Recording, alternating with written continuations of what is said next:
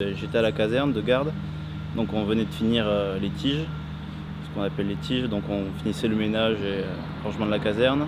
Je suis rentré à la maison et c'est en rentrant à la maison que j'entends...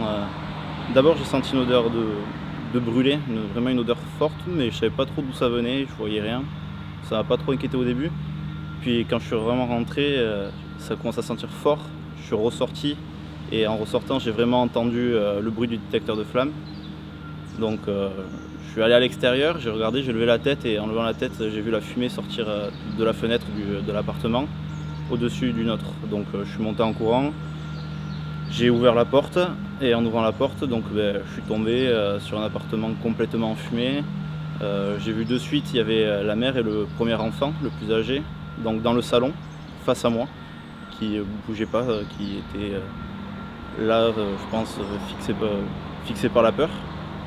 Donc je les ai de suite pris par la main, elle s'est mise un peu à paniquer, elle s'est réveillée quand je suis arrivé, elle s'est mise à paniquer.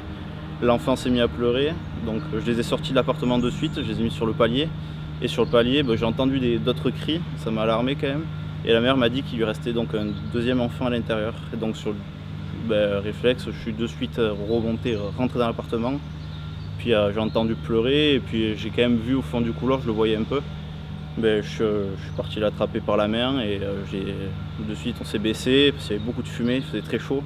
Et je l'ai pris par la main, je l'ai sorti, pas de force mais presque, je l'ai sorti par la main et puis je les ai descendus de suite. Et tant que j'étais en haut, j'en ai profité, j'ai tapé vraiment à toutes les portes. J'ai bourriné sur toutes les portes et alerté tout le monde, leur dire qu'il fallait descendre. Donc ça a été quand même assez rapide.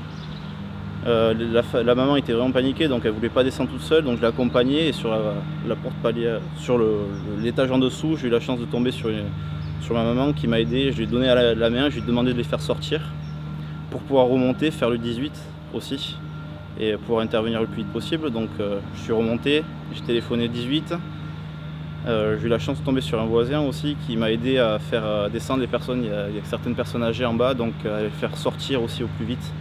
Donc il m'a aidé à faire l'évacuation. Et moi, au téléphone avec le 18, à lui donner les informations, lui dire où se trouvait le feu. Donc ça a été très rapide. Et quand j'ai vu que je ne pouvais rien faire à l'intérieur, j'ai tout fermé derrière moi pour éviter que le feu se propage trop vite et que les fumées descendent.